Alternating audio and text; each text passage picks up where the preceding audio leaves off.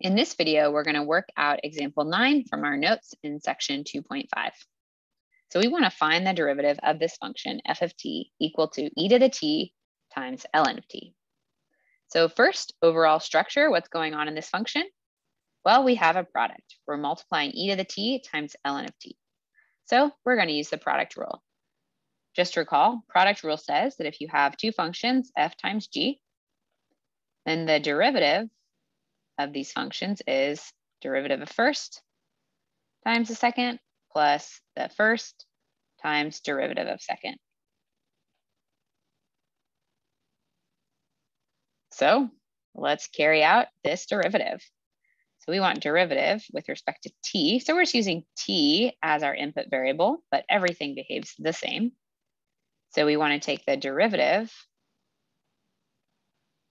of the first function times the second, ln of t, plus the second function, or rather plus the first function, e to the t, times the derivative of the second.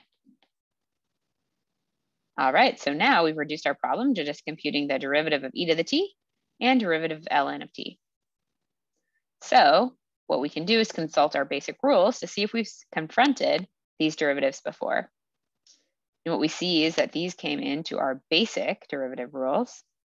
We've seen that the derivative of e to the x, or e to the t with respect to t, is just e to the x.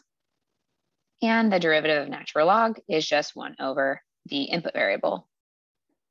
So that's handy. So we can go back to the derivative we're computing. And we see that this first derivative of e to the t is just e to the t times ln of t, plus e to the t times derivative of ln is just 1 over t. So if we want to clean this up a little bit nicer, we can recognize that each of these terms is being, or has this factor of e to the t in it. So we could actually factor that term out. And we get e to the t times ln of t plus 1 over t.